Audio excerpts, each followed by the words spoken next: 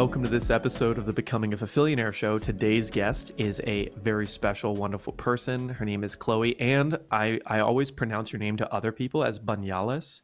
Is that correct? That is correct. Yeah, it's got the Enye on there. It's not showing up here, but it is Bañales. Yeah. Awesome.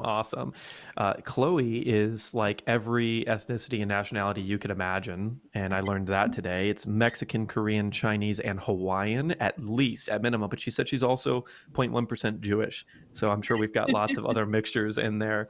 Very interesting. So if you're watching this on video and you're wondering, whoa, this woman is beautiful, what is she? Well, now you've got your answer. She's everything. So let's get into the show. For people that don't know you, it does say Dr. Chloé Bañales on here. What are you a doctor of? That's a great question. So I'm a doctor of Chinese medicine and acupuncture. So my background is in Chinese medicine. My bachelor's kind of catalyzed this journey, starting with kinesiology. That's where we've had a lot of conversations. I remember jamming about our vivos, walking in Santa Monica and all those kind of things. So I really got interested in the field of Chinese medicine, the medical system of Chinese medicine, because of their emphasis of the mind-body connection. And you do, at least you used to do something called esoteric acupuncture. This is correct, yep. What is that? Yeah, so esoteric acupuncture was founded by Dr. Miki Osake. He's actually in the LA area, a wonderful teacher, pioneer when it comes to this specific system of acupuncture. So essentially, he studied not only Chinese medicine, he also incorporated theories, philosophies, and practices from chakra systems, from the Kabbalah, and sacred geometry. So, do you remember those like middle school locks where you turn it like left so many times and then right and then left? Mm-hmm. Mm-hmm. So, esoteric acupuncture incorporates a specific series of points in a specific order to create a specific effect, essentially creating a grid on and around the person to elicit a specific result. He describes it as puncturing the spiritual body of the person so that you could calibrate and find your missing puzzle piece in life. Essentially, how can we connect you deeper to you? Does that make sense? Yeah. Wow. Okay. Big can of worms we're going to open up now. What? Okay. So you're saying it's connecting people deeper to themselves. What disconnects us from ourselves? How does that happen? How does it get to the point where we need to be reconnected to ourselves? Big question, right? So I love that right before this, we were talking about Dr. Joe Dispenza. One of those books that might be a great way to give him like tangible example to what might cause us to fall asleep, right? What causes us to fall asleep is the monotony or the day to day, the rat race, as some people call it, where we are waking up, we're doing the same thing over again. We're kind of disconnected to what one might say is their purpose, what one might say is their vision, their mission kind of thing, what fulfills them at a visceral, intangible kind of level. It's the gas pedal to their life kind of thing. So as far as like what disconnects us, it could be different for each person. Maybe it's a single event, and it also might be a series of events where all of a sudden it's all of a sudden and we are all like just in this almost, the first word that comes up is this matrix. And if you've seen the movie The Matrix, it's that same idea where it's that disconnection from purpose, from ourselves, from essentially the nature within us, what brings us alive. I feel like that was a little bit of a tangent, but does that answer your question? Yeah, and provides me a lot deeper rabbit holes in the sky to go up into. Mm. So when it comes to, so you described just now, like as we connect deeper into our spiritual selves, right? That there are certain passions that are almost inexplicable that we're drawn to. How do we separate what we're desiring from like a normal human perspective, like our shoulds, from Mm. those things? Like, how can we tell those differences? That's a great question. So, one thing to emphasize here is that one way might not be the one way for everyone. So it depends. It totally depends on maybe where someone is at. Where is your baseline right now? Sure, we could say, like, I need you to sit down and meditate for an hour a day so you can begin to hear the thoughts within you and separate yourself from the thoughts, noticing that you are actually the observer. And there are some times where that's not going to be the most accessible route, where it might be during the drive, during that shower, where you're finally in a space of, losing track of time and space. And then all of a sudden you get reconnected to that. It might be for some people movement. For me, I love lifting heavy weights. I appreciate a long walk. Movement can be also a way to drop back into your body to reconnect with yourself versus get lost in the outside world. Time in nature is a big part of that. And also conversations with a good friend, someone you trust, someone who can reflect back maybe anything that you're speaking to in a way that allows you to hear what you're actually saying. So, a few different ways. So, from context of your own life, how has this shown up for you over the years? So, if I bring you way back, let's call it like 12. So we Mhm. start at 12 years old, Chloe. What is 12 years old Chloe getting into? And if you could take your mindset from today to look at 12-year-old Chloe, what was she really interested in that was sort of a hint at what her future would become, as far as you know so far? As far as I know so far, so 12-year-old Chloe, I think back to where I was. It was, I think that's like freshman year, right? Is that freshman year, maybe middle school? Anyhow, the first thing that does come up is a desire to know why happy people were happy.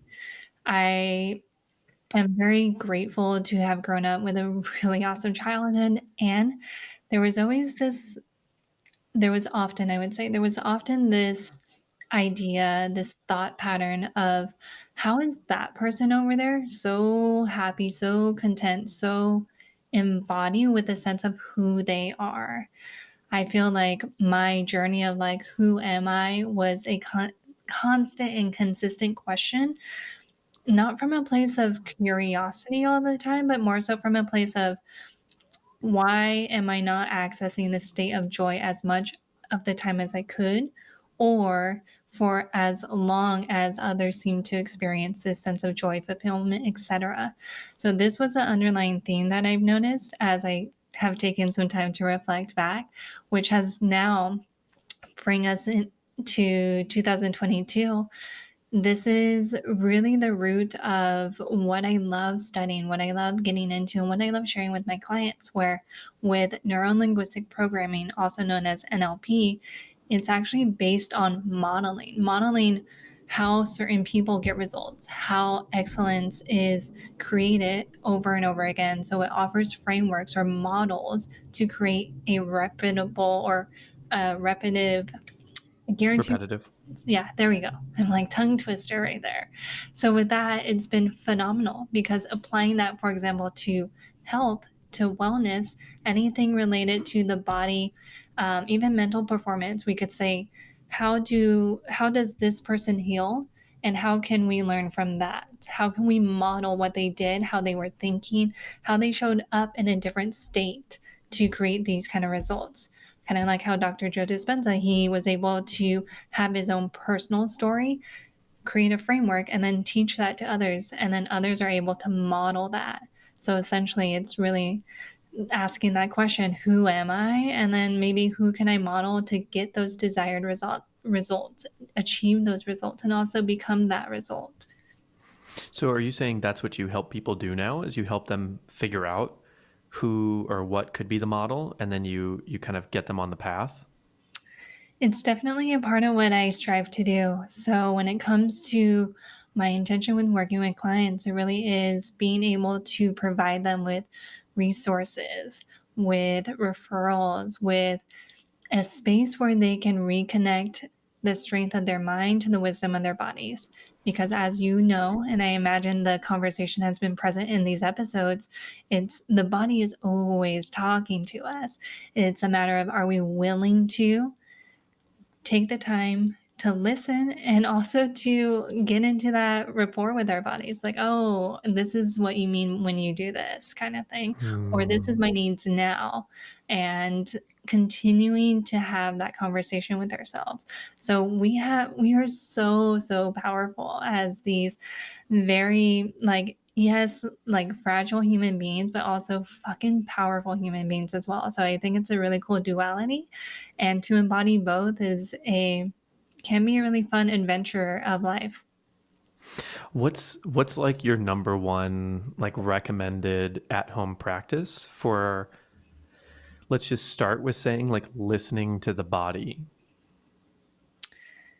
Number one at home practice, if it's accessible, anywhere from 15 to 30 minutes for yourself.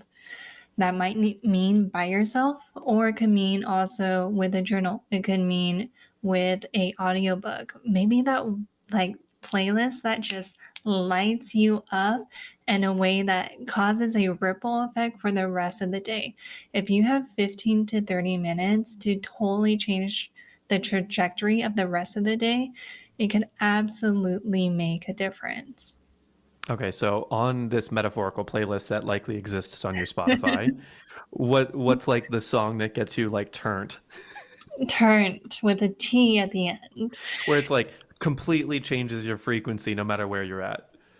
Right now, it's going to be anything from Queen Irby or the song Drip by Lizzie Jeff has been a nice and really fun one to listen to. Drip by Lizzie Jeff. Yeah, let me know when you jam out to that. Oh yeah, I'm gonna do it right after this interview. I hope everybody listening can go do that right now and see what's going on. Okay, so to kind of take us back for a second. So what I heard you say, correct me if I'm wrong, is that you were Mhm. a pretty emo high school kid. Mhm. So we go through phases, right? And it's fun to have all these reiterations, reinventions in our continued evolution. So, email for sure. Journaling was a way for me to get a lot of my thoughts out on paper. And I also had a nice little ceremony. I don't know how many years ago of like letting go of those journals because it was a lot of feels, a lot of feels, and totally went through the oh, do you remember like Good Charlotte, Avril Oh Lavigne yeah. phase? I had the tie and the checkered belt, and I actually found my chain wallet, and I haven't given up yet because I'm like, oh, it's cute. Like I still like this. I won't wear it, but it's cute. That's awesome. That's awesome. I actually went to Warped Tour, if you're familiar. Yes, I wasn't allowed to go. Concerts were scary for my parents. Hmm. So then you mentioned that you had a ritual to burn all of those, or not burn, but like get rid of all of those old journals. Talk to me about that. Like, how did that come up, and why did that come up, and what was that process like for you? I did a lot of questions about that. Yeah. So in total transparency, that specific ritual for those specific journals was nothing fancy or out of the, we'll say, ordinary. It was more so like in the process of, I think I was moving to a new location. I moved to different, like 6 different homes when I was living in Pacific Beach a few years ago, quite a few years ago. And it was a simple, like, whoa, I'm not going to revisit these stories because I have a lot of gratitude for where I was at the time, and I'm not going to revisit these stories. And that's, could be metaphorical in and of itself. And into the trash dumpster they went. So that one wasn't too fluffy, beautiful, too intentional in that way specifically. However, what's really cool is that this upcoming Sunday, it's I'll say Saturday and Sunday. I'll be doing a nice little ritual of release and creating space for what's to come. Like we chatted about a little bit before this recording started, there's been a lot of iterations, new reinventions, and evolutions for myself personally, and I would say professionally in the last, especially 2 years, and especially in the last 9 months or so. So, with that, it's going to be a honoring of what has been because it was exactly what I needed to get to where I am today. that's going to look like some journaling, some gratitude journaling, and also some like, hey, I'm ready to surrender this. I'm ready to release this so I could create space for the new. And there'll be a little bit of like burning the, like in a very safe environment, burning the paper to watch it let go, watch it release, disintegrate, and change into something new, just like the energy will do. And with that, I'm also going to be cutting at least probably about like 6 to 8 inches off of my hair as well. And what's fascinating is that in Chinese medicine, our hair is representative of our liver blood and our kidney chi. Our kidney chi is going to be related to our essence. It's really related to our drive that is both tangible and that kind of like we talked about, that almost spiritual gas pedal that keeps us going. So it's releasing, we'll say if our hair grows anywhere from half an inch to an inch every month, it's releasing about 6 to 7 months of the last last few lessons or so. So Does this somehow, I've never even considered this, but does this somehow relate to why monks like shave their head and like nuns? that's a good question to ask a monk. You need to have one on now. That's really interesting. Yeah, Okay, I'll possibly. get Gaelung to come on, Gaelung Tube 10, and I'll ask him those questions. But maybe that's, and maybe it's not like consciously per se, but maybe that's just a knowingness that spiritual Hmm. people have. And so for a couple years there, I was shaving my head completely. Like just that was How like did the that regular feel? thing. Oh, it was amazing. The first time was a little scary, but you wake up every day and you look the exact same no matter what. Mm. So you never have to like think about like, do I look crazy right now? Right? Because like my hair in particular, like I can make it. This is not long, but you know, it can do some crazy stuff. Real, and the longer it gets, it like Jew froze. So it can really, it can really get interesting. Hmm.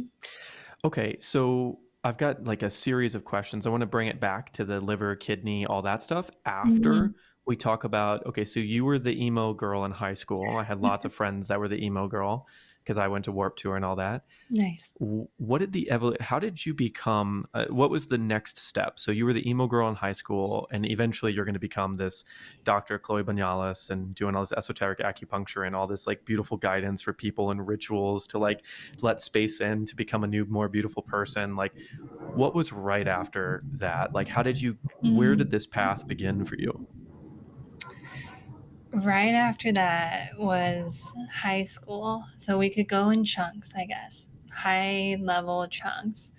High school was a fun time where I got to be athlete. I got to be athlete and I went to a school where I was the third graduating class. So it was a fun opportunity to also be a part of something new. I had the privilege of collaborating with a couple of my girlfriends at the time, finding some coaches and starting the girls lacrosse team back in the day. I we had a desire to play lacrosse and there was no girls team yet. So we found a couple of coaches who were willing to lead us and we started Otay Ranch High School's girls lacrosse team. So that was super cool. We set up games. We didn't have a league yet technically because there weren't enough teams, girls teams in the district. And so it was so humbling. Where afterwards, when I was a student at SDSU, I actually got to come back as a coach. I got to come back as a coach for the girls lacrosse team. And that was I would say, my first official experience as a quote unquote coach, where I got the opportunity to help these girls find fun and joy in an activity that gave so much of that for my experience of high school, where I wanted to coach JV because it was going to be more so about the game versus like the championship and all the winning kind of stuff. So it was really about the joy. I got to go from SDSU to, we'll say, an important part of SDSU was learning about the different ways that I still was asking myself that question, why are happy people happy? And there was that sense of separation still between what I felt like would be embodied joy for myself and a sense of purpose. Where at the end of every semester in my last year of school, so for at least like 2 to 3 semesters, I would have this like breakdown, essentially almost like a panic attack of like, oh my gosh, I'm choosing my next semester classes. I don't know what I'm going to do with my life. Kinesiology is such a broad degree. There's no direction. Do I want to be a physical therapist? Do I want to be an athletic trainer? Do I open a gym? What do I do? And so it was this like literal breakdown into tears after every semester. So that Whoa. was my obsession of like, what do I do? What's my purpose? And like, what's next kind of thing. So all of a sudden, it's graduation from San Diego State. And I actually decided to go the physical therapy route. I think we chatted about this before, and was able to find a really cool job where I got to be a physical therapist assistant. And again, shortly after that, had actually a pretty big spiritual, mental, emotional, and physical breakdown that manifested as an anxiety attack. And so this is where the universe was like, chill the fuck out. Like, let's press pause. Because at the time, I was so, it was the dark side of ambition. We'll put it that way. It was the dark side of ambition. I was attempting to start a company. I was working as a server in the busy downtown area of San Diego. And I was also coaching at the time as well, the JV girls lacrosse team. So my schedule was packed, and my mantra at the time was, I'll sleep when I'm dead. Except that kind of almost happened because you cannot survive on 2 hours of sleep. I tried. Please take my word for it. Seriously. Because it really worked until it didn't. So what I learned later is that from, studying and everything like that, is our body can actually survive without food and water longer than it can without sleep. And so I got a firsthand experience of that, waking up in the hospital with an IV in my arm full of electrolytes. And they revoked my license and sent me to the psychiatrist, where then I got to have the experience of a medication to help me sleep again. The power of the mind, right? I had trained my body for adapting to being able to function, quote unquote, on 2 to 3 hours of sleep. So when I tried to go back to sleep, it just wasn't working. Like physically going back to sleep, I had been so wired. Some might say this is, I would describe it as almost like an adrenal fatigue or HPA axis dysfunction. And so what was so great is that the medication was able to help me fall asleep again. So I was finally resting during this time. It was about 2 to 4 weeks of this. And then once I began to come to, I noticed that I wasn't really feeling like myself during my waking hours. I stopped wanting to go to the gym. I stopped wanting to walk around the bay. I like was so disconnected and out of body almost. So much up in here. Again, asking that question, like, how the hell do I get happy? Like, get happy. And Hmm. then I found an acupuncturist. And my Why did acupuncture come up? acupuncture came up because I have amazing parents, and they also know that I'm the kind of person who, when you say, hey, watch out, 10 feet ahead of you, there's a wall. You're going to want to go around it. I'm going to be like, okay, cool. But I have to find out for myself and like almost run against the wall and like hit it to let me know that there's a wall there. So they were super supportive and like really were sounding boards for me during this time. And I was informed that my clinical depression was a brain chemistry issue. So I was under the understanding that the prescription would be helpful. So I was aware of Chinese medicine and acupuncture, but I thought that the solution, which was going to be through balancing the chemistry, would be helpful in this way. So once I was able to sleep and maybe do some more digging, then I forget exactly how it came up, but then the conversation with my mom came up related to like, why don't you just try it? Like, you've tried the other route, now you can try something else too. I was like, okay, that sounds great. And so we found an acupuncturist. The first session on his table, I fell into the most deep sleep that I have. It felt like 4 to 5 hours of sleep, but it was actually, I think, an hour total. I was like, "What is this?" Like, it's just needles, and he also in his intake process was so intuitive. The way that he was able to read me by reading my body and asking specific questions about like, oh, do you have this innate need to like work out? I remember was one of the questions, and I was like, how does he know this? Why is he looking at my tongue? Kind of thing. And after a series of 1 or 2 treatments a week over a course of 2 to 3 months, I actually weaned off of the medication, started to work out again in a way that fulfilled me and where I felt like I was having a little bit of fun again for the first time in a long time. And after I was finding that connection again, I started to ask him, how did you get to do what you do? What's it like to go to acupuncture school? And I'll always remember because I ended up studying under him later. He mentioned that it's a great profession. It's something that he loves to do. It's not an easy job per se or easy route, and it's worth it. So that was something that really stuck with me, and I ended up trying a semester after quite a bit. I think after a few months, because I don't know if this has happened to you where you kind of get the answer, but then you want to try something else before going directly to the answer. So I got a like 9 to 5 inside sales job and kind of got disconnected again, went back to sleep. And after I would say like 3 weeks of like crying to my then boyfriend at the time, like, oh my God, what's my purpose again? What am I going to do again? This is not what I meant to do. He's like, just apply for school. What could it hurt?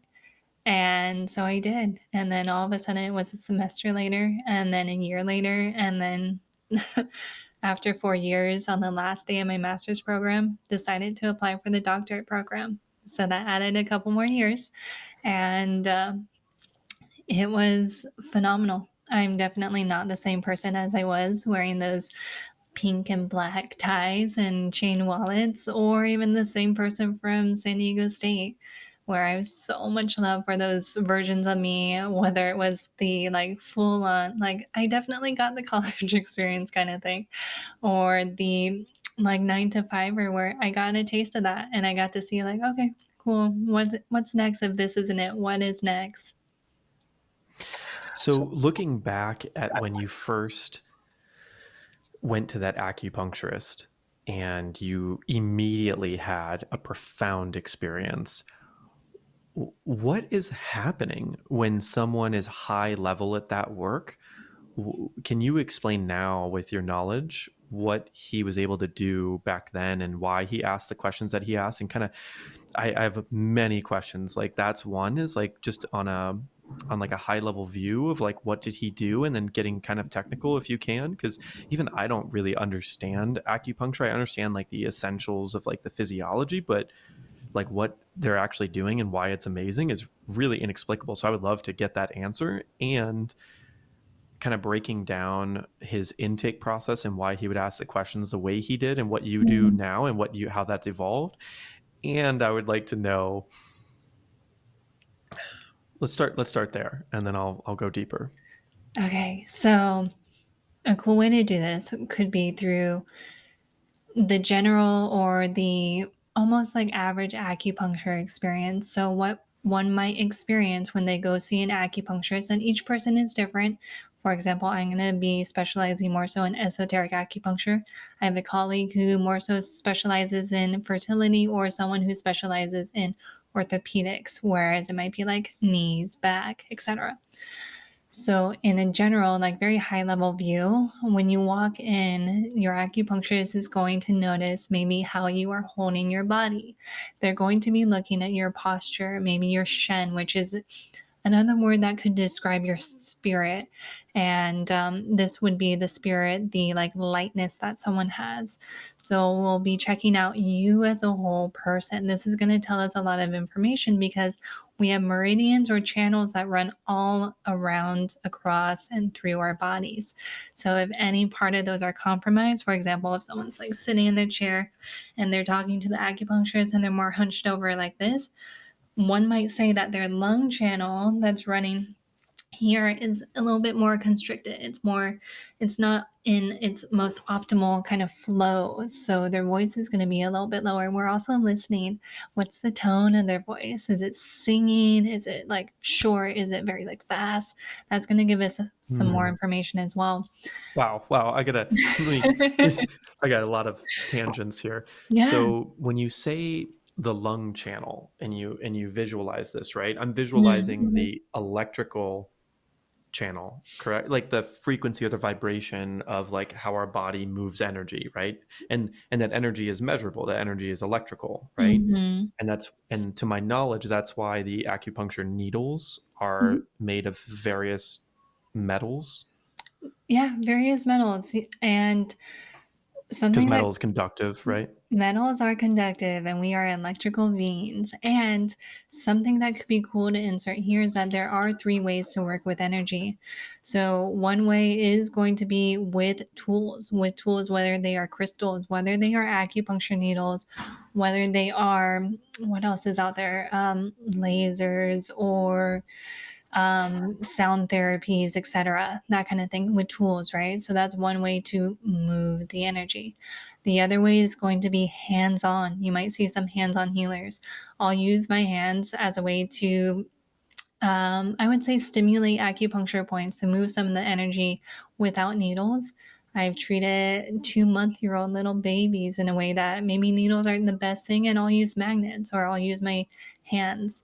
And then there's going to be the third way, which is with your mind. So this is the Jedi shit kind of stuff. This is where the Qigong masters, the Zen masters, there's a lineage Huna where Mm. they can use their mind to move the energy in a room, around the person. Not to say that the person would be so moved without like permission, but it's a matter of how is someone working with energy, with tools, hands on, or with their mind, kind of thing. And So then just for yeah. clarity, what does it feel like to have energy moved? And let's just say, for instance, like with hands on, because that's the most relatable, I feel like, to people that maybe haven't experienced it. Yeah, for most people, it might feel like a change in temperature. It might feel like a change in temperature. For some people, it might feel a little bit more electrical, like a zing. I have an example of there's a point on our shin that's directly related to treating frozen shoulder. And you're like, wait, it's on my shin. How is that going to treat my shoulder? So there are theories of how the meridians work the way they do, the points work the way they do due to embryology. So if you can imagine, we all started a little bit different than how we show up today. And it's probably the reason how everything is connected. There is no isolating healing within or around the body. When someone is addressing their gut health, they're also going to be addressing their brain health and their mental health as well. When we're addressing the foot, we're also going to be addressing anything that the foot is connected to. From my Chinese Mhm. medicine perspective, I'm thinking about the meridians that are there in the foot, and a reflexologist is going to think about all the different organ systems that are represented during or at different parts of the foot. So the body is infinitely intelligent. And truly, what was the saying? Instead of a rabbit hole to go into, you can spiral up into so many different ways. So then if we go back and we look at that original session that you had where you like dropped into this Mm. beautiful restorative deep sleep almost immediately, what did he find in you, if he ever told you, or if you look back on that like, so you're saying like someone's lung channel, I want to get into all of these nerdy things, but like what did he find in you so that we have like a concrete example to sort of look at and say Chloe wasn't able to fully be in this restorative place, because certain energy channels were not moving energy in the way they could. Yeah, so some of the questions he asked me were related to my sleep, my stress levels, even where I was in my cycle as a woman, what my appetite was like. Did I have a sense of thirst or not? So we call these different questions. There's more of them as well. This a series of 10 different questions. He looked at my tongue to get a better sense of what was going on internally. If you can imagine, the tongue is one of the, I think, the only muscle that we could see outside of the body. So it gives us a good representation of what is going on inside. The code is going to tell us a little bit more about our microbiome. The edges are going to tell us a little bit more about the status of our liver and gallbladder, which is also going to inform us about, hey, how are emotions? In addition to looking at the tip of the tongue is related to our heart. So this is, yes, our heart, and also think about our heart from a mental and emotional perspective. If someone is listening to this and they're in a safe space versus like driving or like in the middle of like walking through a bunch of people, and they can look at their tongue and they see, hey, my tongue's a little bit red at the tip. A good question that you can ask yourself is there anything agitating my heart or anything that feels a little bit unsettled? So to wrap it around to that other question related to like maybe what are some of the things that he was seeing at the time, a guess that I could say from reflecting on that time period would be that my spirit wasn't anchored. So that my spirit was unsettled. There wasn't a sense of grounding there. I could have also been blood deficient, and blood deficient is different from like anemia from the conventional sense, because our blood is what, in Chinese medicine, it's a part of what houses the emotions. So again, coming back to our mental and emotional body, right? So we have specific Chinese herbal formulas that in the description from the classical text, they have the functions of anchoring and settling the spirit, essentially helping someone to come back into their self, right? Hmm. So I think that answers both, right? Yeah, so I'm gonna a lot of questions. What are some immediate practices that if someone's listening to this and they're like, "Wow, that really is like calling to me, this idea, like I feel ungrounded or unsettled in my spirit." What are like some classic things that people can just start doing immediately to start attempting to ground and settle that? Awesome. Awesome question. So, a couple of things here. This starts with the first part of the physician's oath from the Chinese medicine version of that physician's oath, where part of that is to live in harmony with nature and teach our patients to do the same. So even the word ungrounded kind of has a clue, right? How can we help ourselves ground? So, two ways to go about this would be, hey, if you do have accessibility to actually ground on earth and be in a place where you can get your hands, your feet, as much as your body as comfortable as possible on the earth to actually attune to that frequency, you'll notice the physiological and the psychological shifts. Maybe feeling more grounded, feeling more centered, in harmony and in balance. The other thing would be maybe someone's moving a lot of fucking energy as well.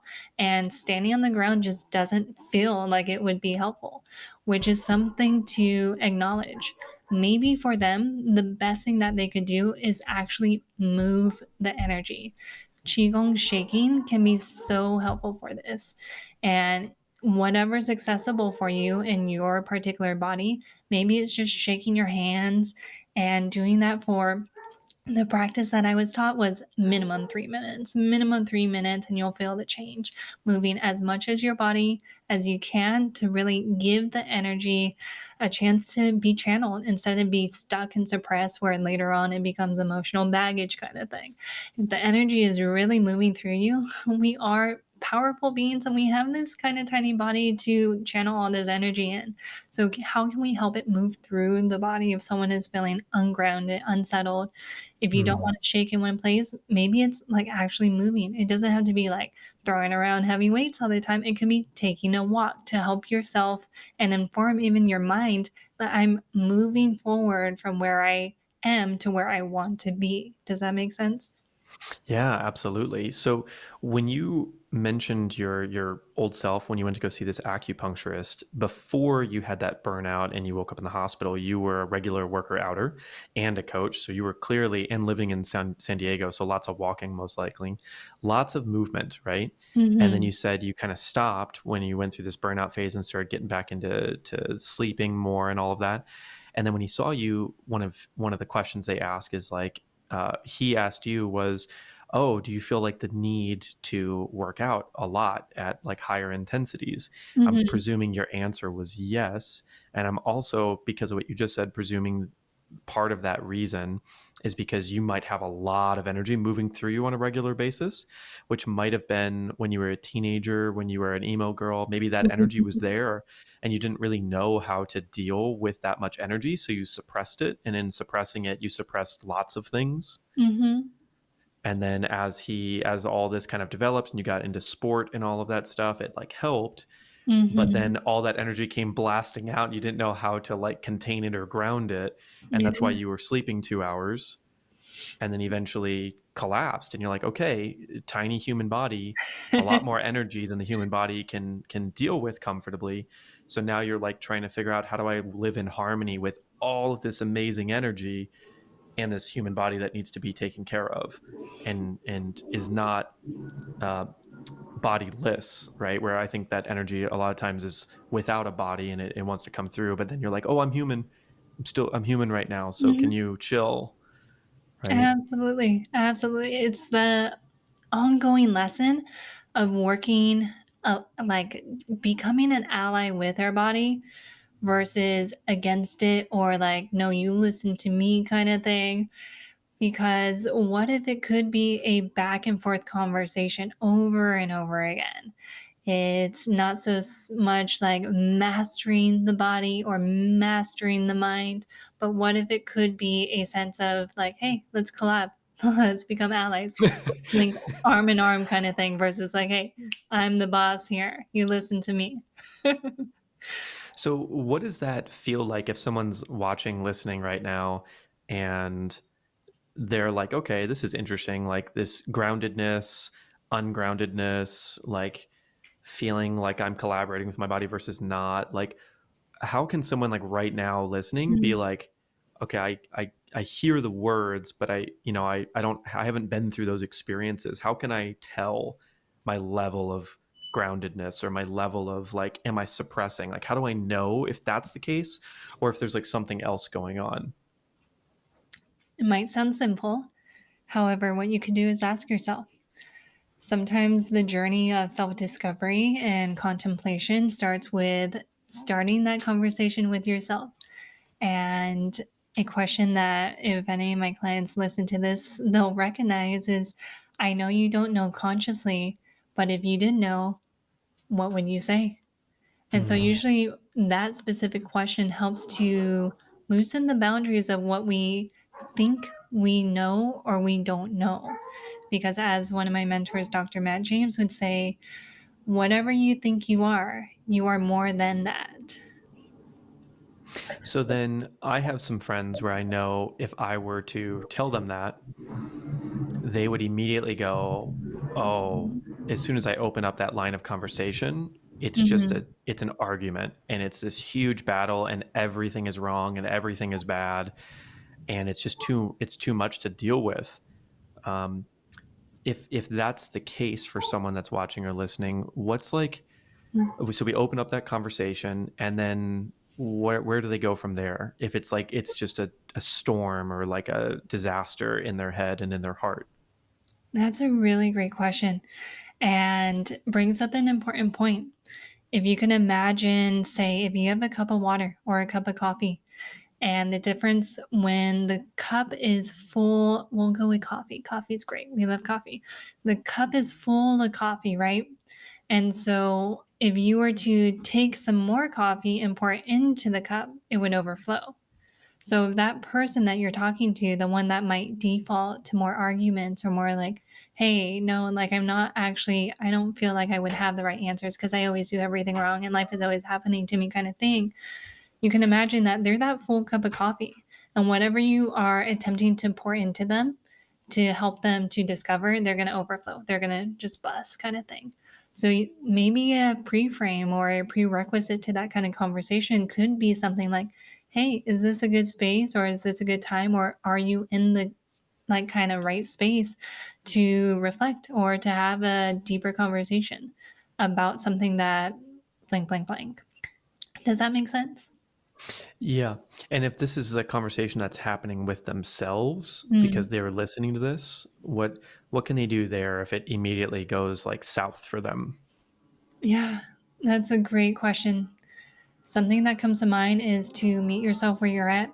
Meet yourself where you're at. I'm sending so much love to my like emo girl back in the day. So maybe it means putting the thoughts on paper. That was so helpful in where I was and still where I am today, where it can be so helpful to get stuff out of here and stuff onto paper so that you actually create space up here. Kind of like drinking a little bit of the coffee or pouring out a little bit of the coffee to create space for the new to come in. Because oftentimes we are so full, we are at capacity. We're at capacity. How do we empty out? So it's going to be one of the first things to check in with before, I wouldn't say diving into too much change work, either with oneself or with others. Is there space for that? If not, how can I create that? Is that going to look like journaling? Is it going to be like intuitive movement, whether through walking, the shaking, hitting a fucking pinata as well? I actually asked a client to consider doing that. I didn't tell her to do it. I asked her to consider doing that based on something that she was sharing in the moment related to like so much energy, some frustration. I was like, get a fucking pinata, have a party for yourself, like make it fun. Like, how good might it feel to like smack something and also like move the energy? So making sure that there is space. If not, how can you create that space? Wow. Beautiful. Thank you for all of that. And yeah, I was funny. I was going to summarize it and then you did. Hmm. It was just wonderful. Here, Wonderful. I'm gonna go to the bathroom real quick and then I have a whole nother line of questions. Oh, I'm so excited.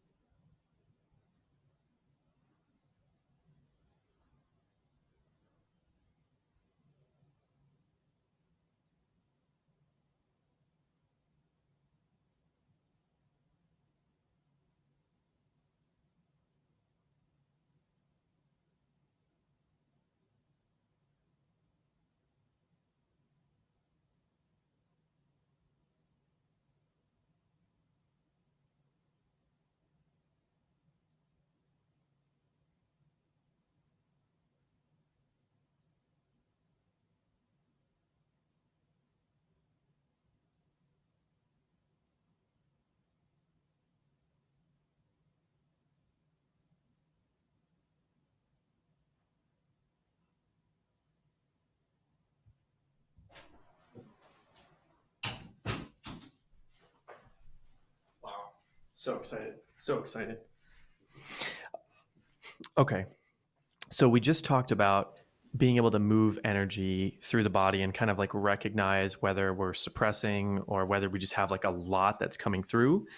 And we've gone through some stories of how to deal with both sides of that. So I think it's a really nice, even conversation at the moment and helpful for people. Can we kind of go through one by one and talk about like these big channels? So you brought up like the lung channel as an example, right? Mhm.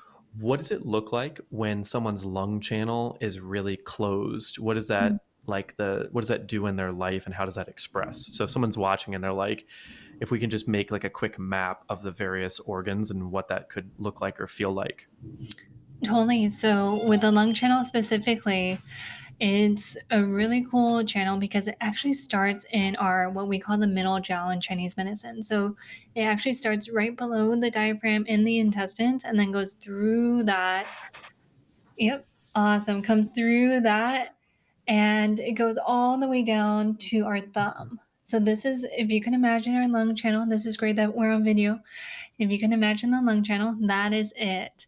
So if someone's lung channel is a little bit more deficient, the channel is not going to be as open, right? The posture is not going to be as upright as open. So they're going to be a little bit more in this slouch position here. One might say they are not breathing in as optimally. You already know this, I'm sure. To breathe in is to inspire. So, from a mental, emotional perspective, you can imagine that they are a little bit low on the inspiration as well. They're not breathing in as much as the outside world as they maybe want to or could. So, they're going to be a little bit more in this hunched over position and even protecting their heart a little bit more as well. Mm. The lungs are related to grief in Chinese medicine. So it's going to be the organ system that processes grief. And if there's any unprocessed grief, it might be what is weighing down that kind of posture or that person in and of themselves. So that's going to be the lung system. And it's not to say everyone who is in that position has a lung qi deficiency. It's just one of the things that we might ask about as a doctor of Chinese medicine or acupuncturist. Say, hey, how's grief occurring in your life? Is there anything there specifically? How are you breathing throughout the day? Do you have any shortness of breath, any kind of sleep apnea patterns, etc.? The other meridians, we've got 11 different ones. Do you want to go through them all? Let's go. Let's go. So a cool way to describe them is going to be the 6 meridian pairs. So lungs are going to be connected to the spleen. So each one has like an upper body and then a lower body friend. They're like paired together. So the upper body of the lungs is going to be paired with the spleen on the lower body. Spleen is going to be more on the inner part of our legs, and spleen is going to be related to our intellect, actually. We call it Mm-hmm. yi. So yi in Chinese medicine, which is a big reason why whenever I think of brain fog, I'm thinking about spleen, digestive, and gut health kind of stuff because of how it's related to our yi and our intellect. From a biomedicine perspective, we can think about how our gut health, like if you have leaky gut, plays a role in our cognition, our mental focus, concentration, etc. So that's going to be the lung and spleen. Large intestine is going to be paired with the stomach. This is the yang ming pair, and this is the most abundant in qi and blood. So large intestine is going to be second finger, and it's going to go along the arm as well. I also think of large intestine related to any kind of shoulder issues as well, and any kind of we think of, or in my practice and from what I've learned as well, skin things are also going to be related to lungs and large intestine. So that's a cool way that Chinese medicine is timeless, where we think of Mm-hmm. skin related to the lungs. We think of large intestine and lungs being a part of the mental element. So when we think of skin things, we're also thinking about our digestion too. How are we breathing in any toxins around us, the environment, etc.? How are we releasing the things that we are taking in, either consuming, breathing in, etc.? That's where those bowel movements are going to be so important for skin health. Making sure you have at least one a day. And looked like you had a question. Many questions that are popping up, but for one, so we related. So there's the lung channel, right? Mhm. And then there was the spleen channel, which is primarily the inside of the thighs. You said, Yeah, and so it's then gonna go all the way down. Yeah, I'll have to send a photo for you or oh, cool. something. Yeah, I could put it up for people on the interview, and then now we're at the large intestine channel, So large right? intestine, they all, if we think about the 6 division pairs, it's a way to describe the channels in a way that pairs an arm channel with a leg channel. So the arm of large intestine is going to be paired with the leg of the stomach channel. Stomach channel is going to run down the midline. There's actually stomach points on the face as well. So we have stomach points on this face, and it goes down the front of the body, and then it's going to go down actually the side, the lateral. So lateral is going to be on the more so outside of the body, lateral side of like the tibia all the way down to your toes in that way. So that's where one of those really cool points along the shin is stomach 38. Stomach 38 is going to be treating your shoulder. So, really cool Mm. point for your shoulder. So When you're working out or you're working with a client who's exercising and they consistently have a weakness or an Mm. imbalance, I'm assuming you're immediately translating this to like acupuncture meridian terms and being like, "Oh, let me just ask some questions or check the energy in that area." Also, do you see things like the Matrix? Are you like seeing things like Naruto and you're like, "Oh, I can like see someone's energy flow?" Is that a real thing for you? Not yet always, we'll put it that way, not yet always. And something to emphasize here that could be really important is that when something happens, whether it's a reoccurring, we'll say weakness, injury, etc., and I'm sure you could speak to this as well with your experience, is that it's never so much always one incident, but maybe the incident is the last straw kind of thing. So, yes, I'm thinking about where the ache, pain, complaint is. And I'm also thinking of everything else that's related to that. Like we mentioned, okay, digestion, how might that be related if it's the shin and this specific point is it on the stomach channel, is it on the spleen channel, the liver channel, etc. And so from the conventional side, how's the liver doing or how's stomach doing, etc. And then you want to think if it is an actual knee thing or a shin thing, above and below that area. Think of the ankles, think of the knees, and then and then think of how that's mirrored on the other side of the body as well. If I'm thinking of the knees, I'm also thinking of the elbows. If I'm thinking of the ankles, I'm thinking of the wrists, that kind of thing. And I learned a ton of this actually from my partner, who is a certified personal trainer and has additional training in restoration and gait analysis.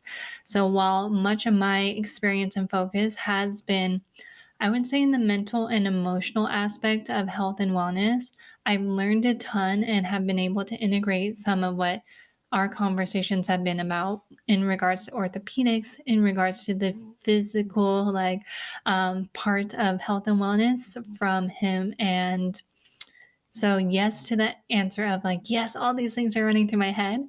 And we actually collab with each other for addressing those specific kind of cases related to chronic back pain, recurring knee aches, etc. So that we are addressing everything on a physical, mental, emotional, and maybe even energetic or spiritual level. Wow. Okay. So let's pick up. So we had, so far we've done lung, spleen, large intestine, stomach. Awesome. Great memory. And then we've got pericardium. Pericardium is the gatekeeper to the heart. The heart element, or not the heart element, the fire element, has four different organ systems. Pericardium is one of those. So, pericardium is going to be related to your middle finger, actually. And it's going to start in the armpit. It's going to start in the armpit and then go down, more so like on the inside of the arms, all the way through to the middle finger. So that's the pericardium. That's the arm channel on the Yangming pairs. That's going to be paired with your liver. So your liver is going to be more so on the inside of your leg as well, alongside the spleen channel. So that's going to be one of the yin channels and organ systems. So pericardium and liver are going to be paired there. Now, what shows up for those two in day to day life if they're restricted or the energy's not flowing as well? Yeah, so liver qi stagnation is something that tends to be a common phrase amongst doctors of Chinese medicine and acupuncturists, because what we are thinking or what we are seeing when it comes to liver qi stagnation is a suppression of emotions. So that might mean like frustration, it might mean like anger that has not been expressed. Um, that kind of thing. So I would say, unfortunately, in today's day and age, it tends to be more common than it is not. So when it comes to the stuckness related to the liver channel, that is a big one. I like to say, keep your liver chi flowing, whatever that looks like. Many times it is movement. Maybe it's dancing. Maybe it's hitting a pinata, whatever it looks like. Keep that liver chi moving. And with the pericardium specifically, it might get stuck related to things that would be equated to overjoy. And overjoy could be translated or could be related to like too much, quote unquote, too much of the good stuff where you're so in the joy, you're so in the joy that maybe you forget to pay your bills, you forget to close and lock your car on the way out, or put the parking brake on. Like you actually get distracted from the present moment, if that makes sense. Mm. Okay. Okay. And then what do we do to clean that? So you said like with the liver, just keep expressing, especially frustration and anger, but just keep expressing, to the best of your ability in a healthy way. What's the pericardium version of that? Pericardium version of that. So the energetics of the gatekeeper, right? The gatekeeper to the heart. Is there a chance that you can ask yourself, where am I being too closed off in my life? Where am I still hiding either from myself or from others? Is there something that needs to come through from my heart that isn't being channeled or being expressed in a way that is resonant for me and what I need to essentially evolve into that next level of who I desire to be? Wow, beautiful. And I'm not sure if we covered that for the stomach. What was the, yeah, what can we do to keep that clean as far as like just in our day to day life? Yeah. So with the stomach, it's going to be from a tangible perspective, eating foods that resonate and support your desired experience. There are plethoras of diets out there, plethora. And what works for you is going to be what works for you. Maybe it's not going to work for everyone, but it's going to be what works for you. And you'll know it too. I trust that you'll know it. So, with the stomach at a tangible level, it's going to be related to foods and what we are consuming. From a more so energetic perspective, the stomach is responsible for ripening and rotting our foods. So, what that means is actual digestion. Are we digesting the lessons of life that are present for us? That's again, does that look like contemplation on paper, contemplation on a walk, or through conversation with a friend? Where can you help yourself to digest the lessons of life so that hopefully they're not repeating in a way that would be unfavorable as well? Wow. And then what about the large intestine? Large intestine. So, large intestine is going to be related to kind of like the lungs. With it being comprised of the metal element, how are we addressing anything related to unresolved grief? Specifically, what do we need to let go of? The large intestine is related to letting go. So that might look like the tangible, I got to clean my closet. This doesn't resonate with me anymore. Marie Kondo doesn't spark joy. Let me let this go. It might also mean checking in with colon health, with the large intestine kind of health. How are bowel movements? Are they once a day at least? Am I releasing what I am consuming? So it is a cyclical nature of breathing in and letting go, not only of the tangible, but also the intangible as well. And that would be true for the spleen and lung as well, because you said they were in that metal element. Yeah, so they are connected via the six division pairs. So the lungs and the large intestine, that's the metal element. The spleen is actually a part of the earth element. That's the yin and yang pair of spleen and stomach. Those are that comprises of the earth element. So thinking about digestion, yes, of the tangible and also the intangible, the lessons of life. Beautiful. Okay. So then moving on past the pericardium, what's next? So we've got heart, right? So the heart is going to be our arm channel. So that's going to be our arm channel. And that's going to run. Actually, a cool thing is that the heart and the small intestine, they're going to run on our pinky down around the like elbow area and down through the shoulder area as well. So with the heart and the small intestine, those energetically are going to be related to discerning the pure versus the impure from the small intestine perspective. And that could mean listening to what does and doesn't resonate for you, listening to that whisper, as Dr. Mikio would say. The heart, that's the emperor or the empress. It's really the organ system that influences every other system. And while each of these other organ systems can feel grief, anger, fear, sadness, etc. It's the heart that really processes them. So if you can imagine the emotion moving through first, maybe the liver, and then it's going to get to the heart to process it all. So the heart's really the emperor, the empress, the one that runs the show kind of thing, if that makes sense. Mhm. Yes, beautiful. And that was two together, right? The small intestine and the heart were 7 and 8. Yes, 7 and 8. Yeah, you're great on the memory part. So with the leg channels that we are missing gallbladder and we are missing kidneys. So small intestine is going to be related to our kidney channel. So this is the kidney channel where it starts at the bottom of our feet. This is why Mhm. grounding feels so good. The kidney one point is going to be midway, we'll say not midway, but 3/4, 2/3 of the way on the bottom of the foot, kind of like at the middle of the ball of the foot, if that makes sense as a Mhm. description. Mhm. So when you get kidney one on the earth, it's going to help with the grounding. The kidney channel is yin and yang pair to the bladder. This is the urinary bladder. So this is the water element related to fear.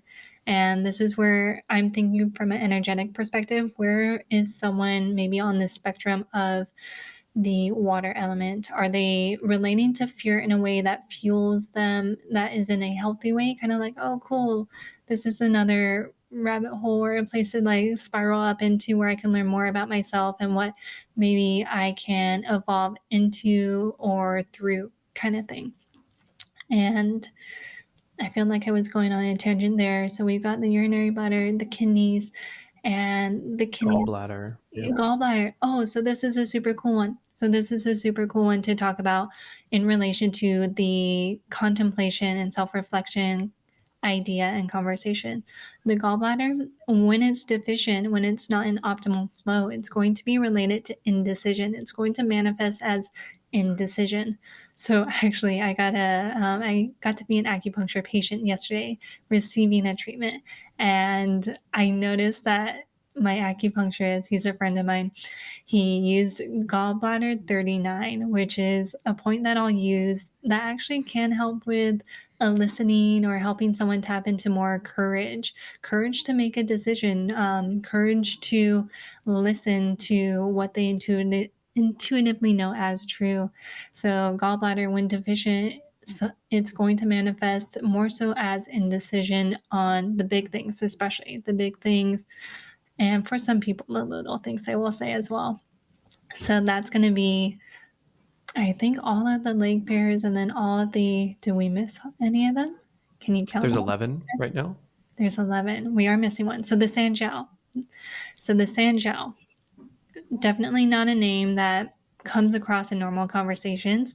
It can be also translated as the triple burner. And the reason why it is unique is because it's not so much tangible within the body.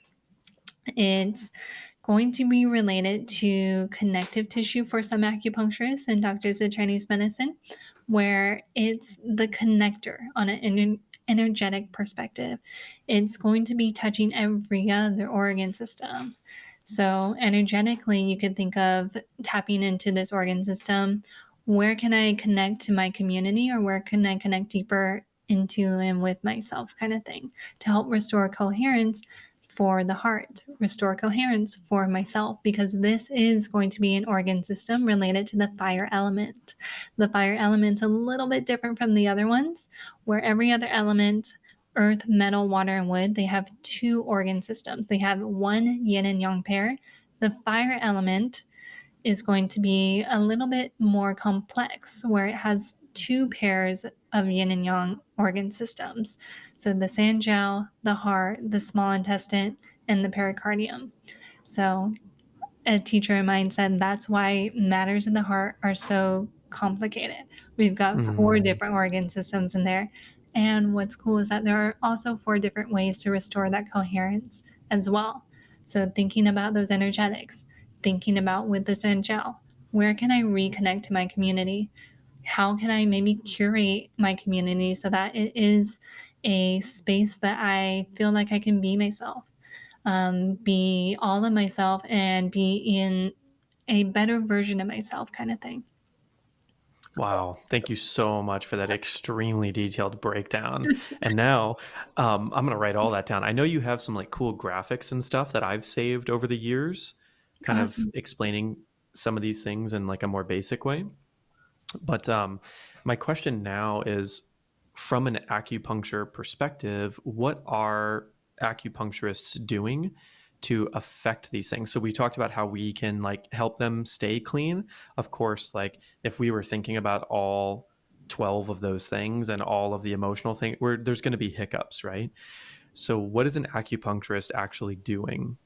Yeah, this is a great question. And I'll preface this by saying, depending on which acupuncturist you talk to, we might say slightly different versions of the same thing.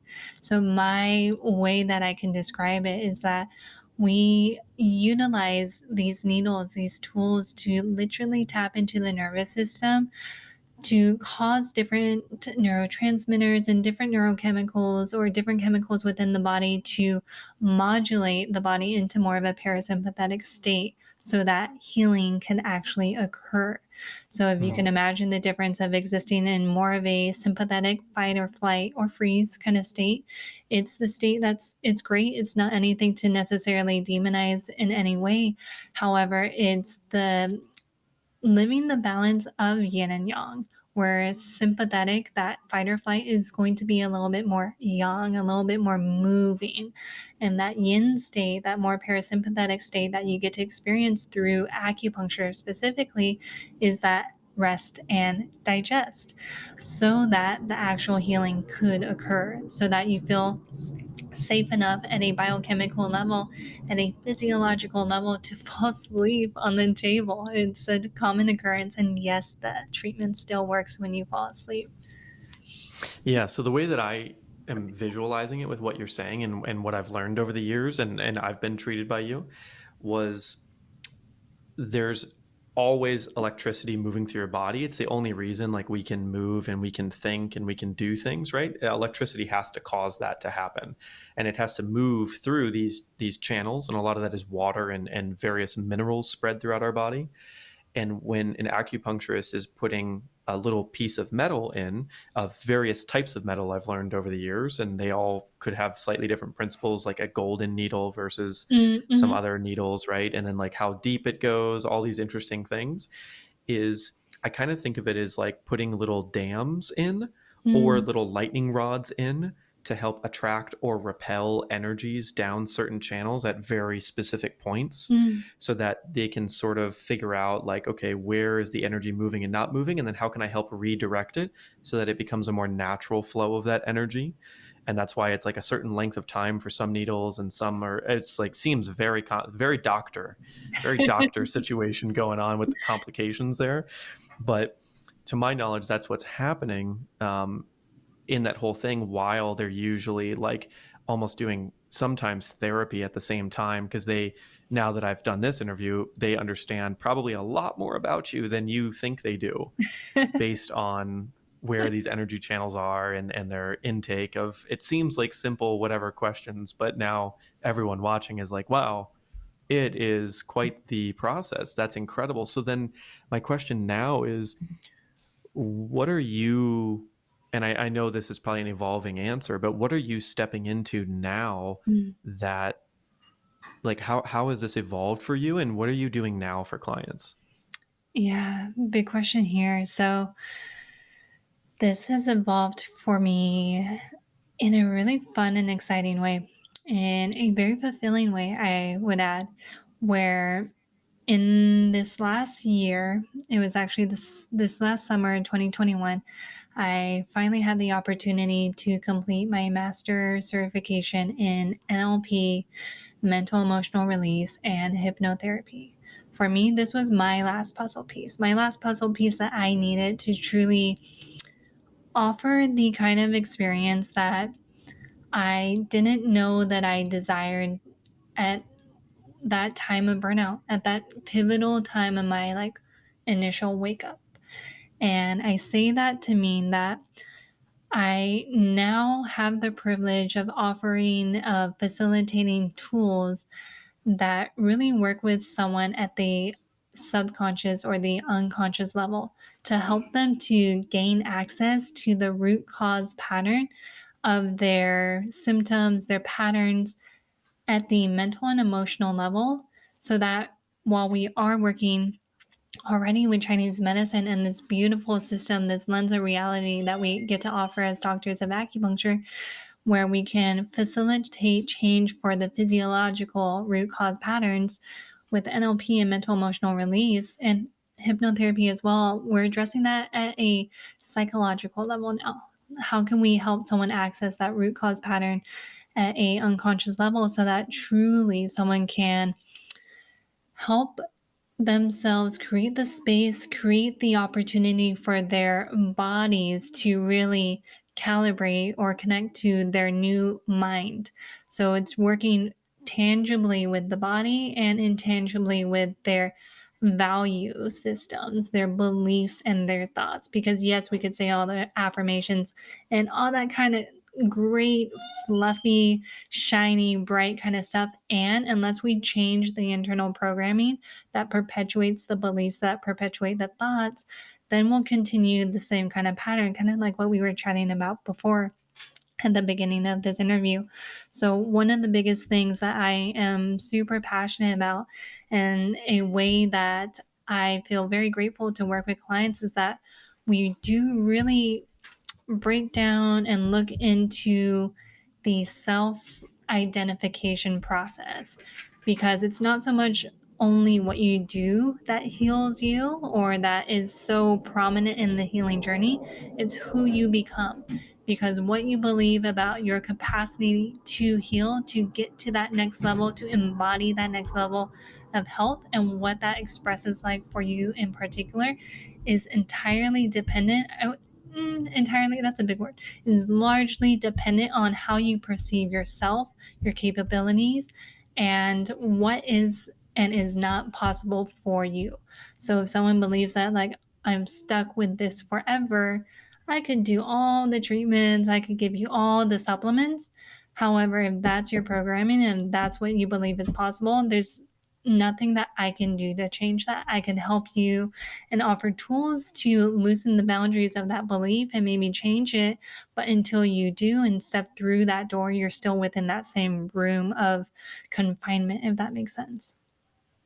Absolutely. So you're it's really fascinating now to put together this picture of your life's journey and why everything happened the way it did, right? And I hope other people are reflecting on their own life in this process of hearing yours and how this has evolved, where it was emo Chloe with the kind of summary I mentioned before, like suppressing all this really intense energy and then starting to find outlets for that energy. And that felt really good to like allow that energy to move out through lacrosse, through becoming a leader, and then going into college and being able to take on more and more and more and being like, oh, I could take on everything. I could just do, you know, so much more than most other people are capable of because of all this energy that I have. To where you trained yourself to sleep for 2 or 3 hours, to the point where your body is like, yeah, no, can't do that.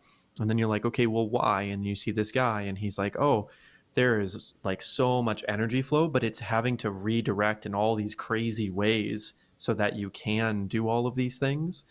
And at the same time, what you would realize now, right, is there were all these belief patterns and thoughts that have been baked into you about what you should be like and what you should be doing with your time and how you should be advancing and evolving and growing maybe a lot faster. And, it's hard. It's hard because I always say, like, you can't skip steps. Mm-hmm. You've got to kind of go through the steps. And that's so frustrating at times, is you're like, no, no, it's always the same process. It really is. Like, the steps are always the same. How that expresses can be a little bit different, but when you try to skip steps, like, that's what happens. Mm-hmm. And it's part of our whole like 3D physical reality experience that we all go through, right? So then you're like, oh, there's all these programmed beliefs that you were running on at that time, right? And so Mm-hmm. you can start to kind of unwind these, which is what you said would have been so helpful. And there was probably elements of that. People were showing up and helping, but now with what you're capable of, you're like, let me just, like, yes, all of this acupuncture and all of these energy channels and all the things that we talked about of like how to keep those energies flowing, and the shaking and allowing energy to pass, and the grounding and allowing it to go in, right? And drinking the water and processing the emotions and finding the foods that work for you and all the Chinese herbs, and that's all beautiful. And the deepest level of these things, well, there's maybe one level deeper we can get into, but the deepest level on a 3D perspective is like, where did the habits begin that led you to this point, right? Mm-hmm. Where did the beliefs begin, and how can we like unwrap the string that's been tied through your life that made it so of course this was going to happen to you, and of course you were going to make these decisions, and of course it's tough for you to make good food decisions because of this belief, right?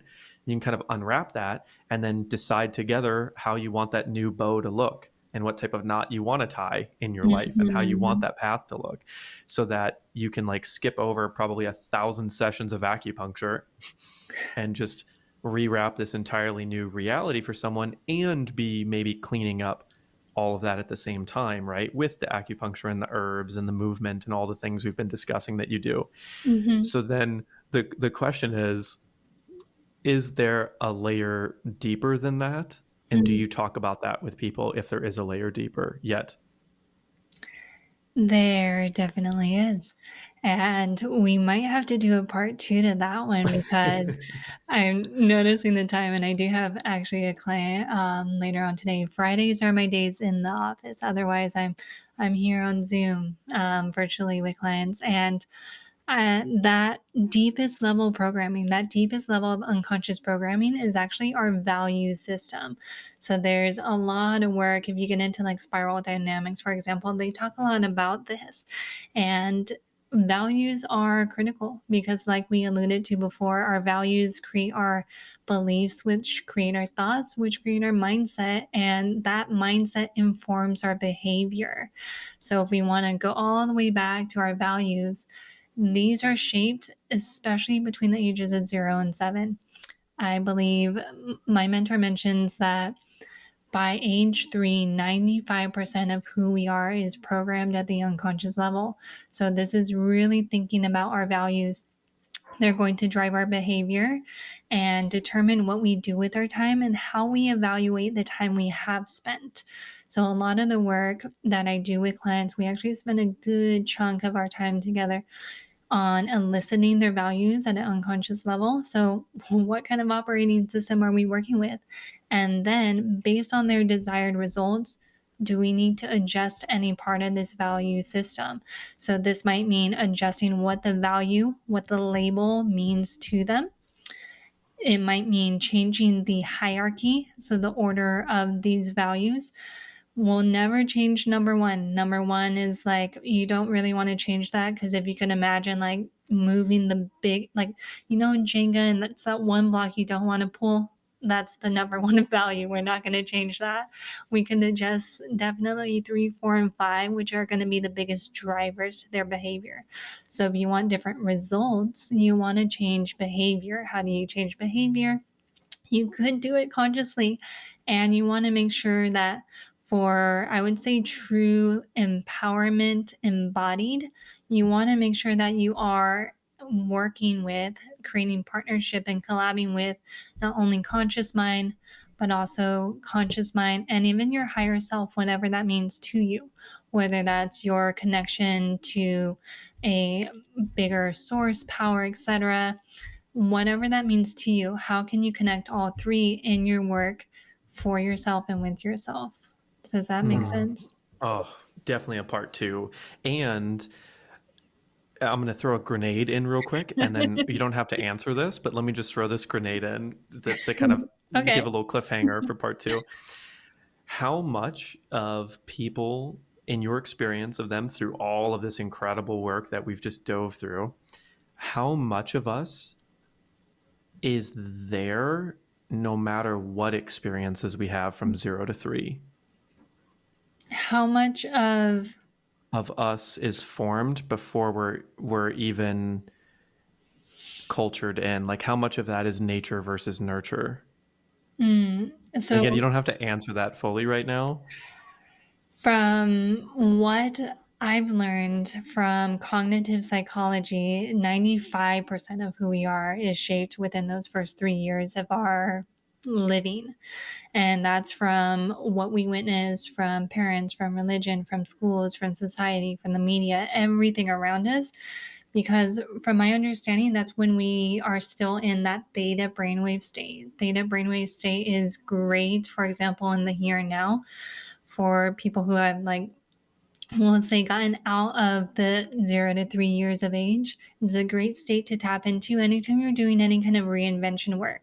So when you're tapping into that meditation or that hypnosis track that you are really excited to think about that next level self, theta is where you want to do it. You want to tap into theta so that you get to recreate this internal representation or this picture in your mind of who you are and who you are becoming.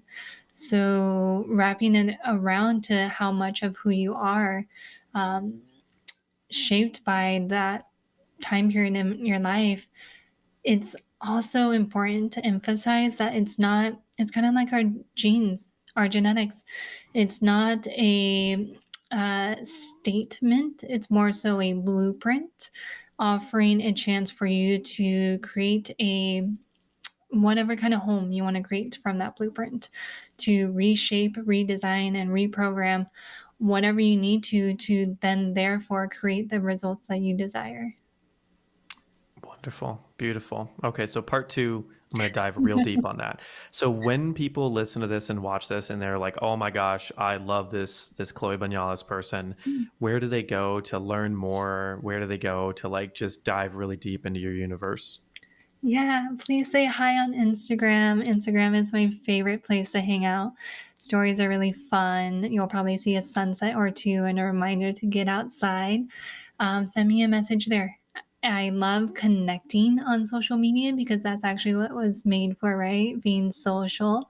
And so, social media, Instagram specifically, is the best place to find me. And I'll put it in the show notes, but what's the handle for people listening? Yeah, it's Dr. Chloe Hom, my middle name. That's Chloehom. Perfect. Thank you so much. Honestly, it was an honor to like just Mm-hmm. extract all of this goodness out of you. And I had no idea. I never know how long these are going to go, but now I'm like, oh, I need another hour and a half at least to like dig through the rest of my questions and stuff. But it's just an honor to get the opportunity to ask you all these questions and to get all this information. And you're just such a radiant soul. Mm, I'm so excited that I have the honor of like knowing you and getting this information. So just thank you for giving the time and contributing to everybody's life. thank you so much for allowing me to contribute to your vision. Absolutely lit up and inspired by the way that you fulfill your purpose and that you get to be a way shower and a light bearer for what is possible for so many of us. So, thank you for being who you are, Skip. Excited to be here.